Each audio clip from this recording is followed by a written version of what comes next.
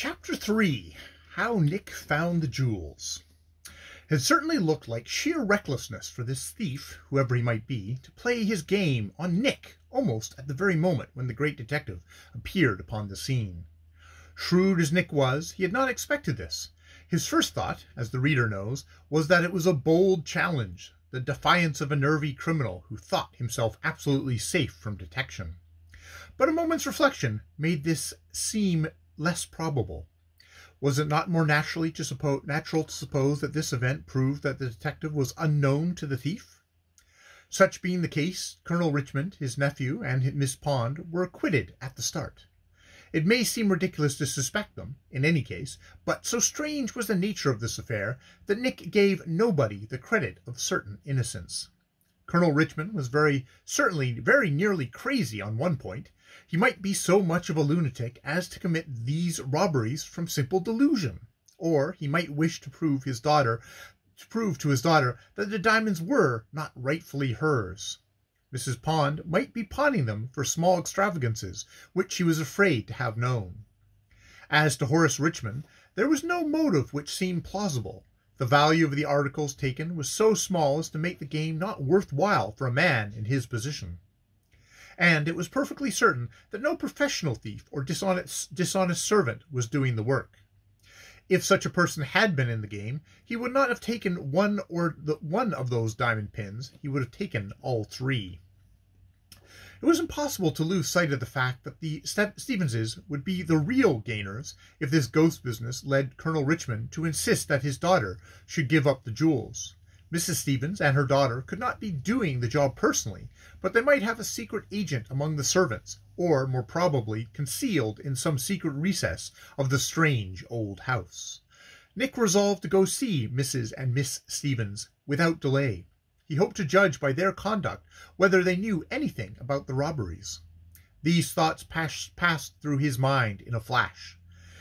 He quickly searched the room to be sure that the thief was not concealed in it, and then descended to the main hall. The outer door was open, and Colonel Richmond and his daughter were standing on the steps. Just as Nick joined them, Horace Richmond strolled up. They all stood looking at a carriage which was coming up the driveway. "Why, it's Mrs. Stevens!" exclaimed Mrs. Pond. "I thought you said she did not come here any more." "She hasn't been here in some time," responded the colonel. "I thought that she avoided us because of this matter of the jewels." Nothing more could be said on the subject, for at that moment the carriage drew up before the house.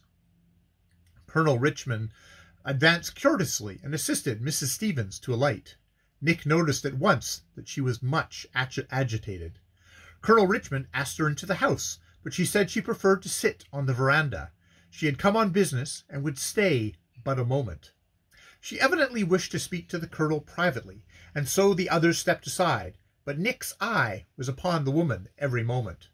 Very few words passed between them, when the colonel uttered a cry and called to Nick.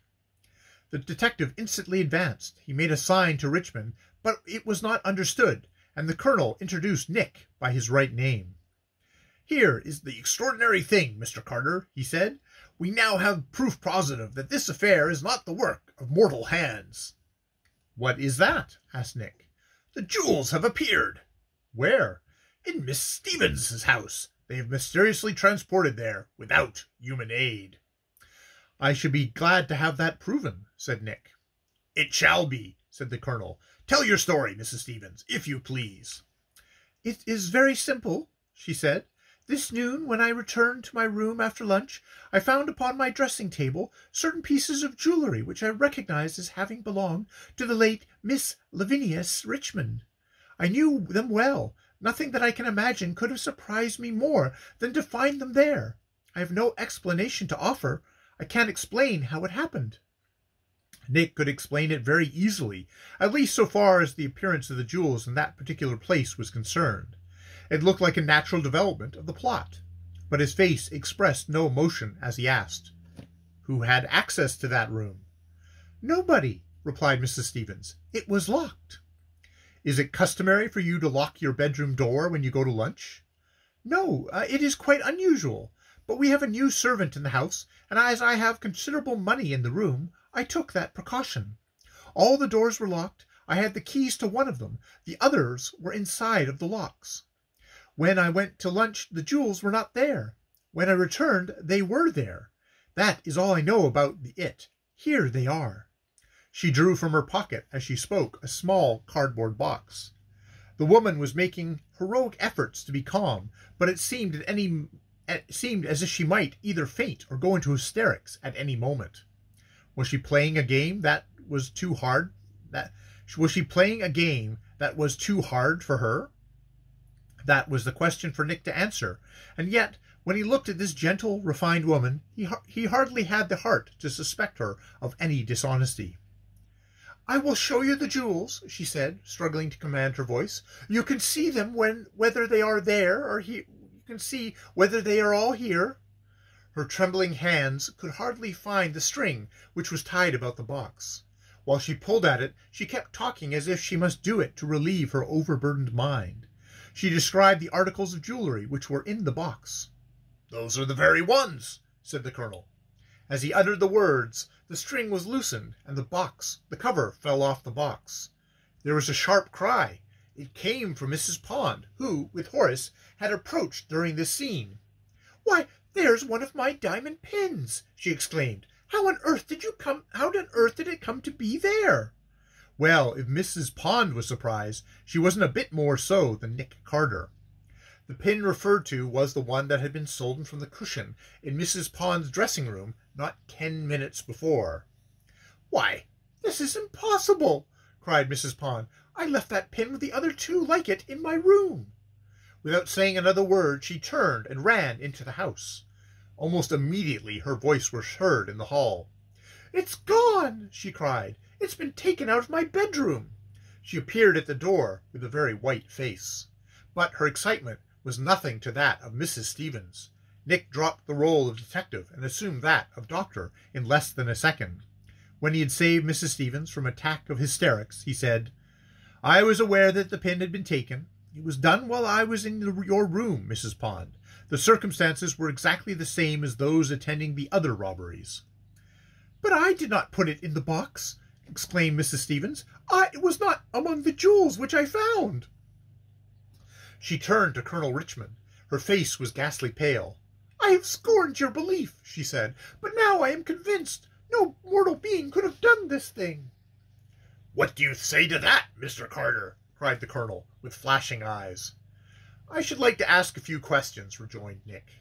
"Were you alone when you put those jewels into the box?" "I was." Has it been in your possession ever since?" "It has not been out of my care." "Didn't you tell anybody about finding the jewels?" "Nobody." "Please describe everything that happened after you found them." "I was, of course, greatly agitated. I did not know what to do. For some time I sat staring at the jewels and trying to think what was my proper course. At last I took this box from a drawer of my dressing table and put the jewels into it. Then I called to the servant who was in the dining room and asked her to see that the carriage was got ready, for though it is a long drive, I had resolved to make it, because I felt safer in it that way." "Did you go out of your room to call the girl?" "Only into the hall." "Who could have gotten into your room while you were out?" "Nobody." "Where was your daughter?" "In her own room." "How do you know that?" "I called to her after I had dressed, and she answered me. I told her that I was going to drive over here, and she was very much surprised. I did not tell her why." "Did you meet anybody on the way over who spoke to you or came to the side of the carriage?" "Nobody." "That is all I wish to ask." In fact, Nick had no more questions. He was really at a loss for an explanation of this strange occurrence. If the pin had been taken from the room by a person concealed in the house, it might have been possible that the person had escaped from the grounds unseen, and had given it to Mrs. Stevens. There was hardly time for such a trick to have been done, but in so strange a case every possibility was to be considered. If such a thing had been done, it must have been very near the house. The thief must have known when Mrs. Stevens was coming, or she must have waited for him just outside the colonel's grounds. There was a place where the road was heavily fringed with trees, not more than 100 yards from the colonel's gate. The trick must have been done there, if at all. Nick resolved to settle this small point, if possible, immediately. It was of no use to ask the man who had driven Mrs. Stevens' horse. Of course, he would lie, if there was any need of it. So Nick excused himself from the group on the pretext that he was going to search Mrs. Pond's rooms again. He remembered that just after Mrs. Stevens had arrived, a wagon belonging to the colonel had driven into the grounds. He quietly looked up the two servants who had been in this wagon. They told him that they remembered seeing Mrs. Stevens drive up. She had passed them on the road. They had had her carriage in sight for a mile before it turned into Colonel Richmond's grounds. Her horse had been driven at a good pace. It had not stopped. Nobody had approached the carriage. Nick was convinced that the men were telling the truth. Then how had Mrs. Stevens obtained the pin? Her possession of the other articles might be explained, but the pin was a stickler. End of Chapter 3.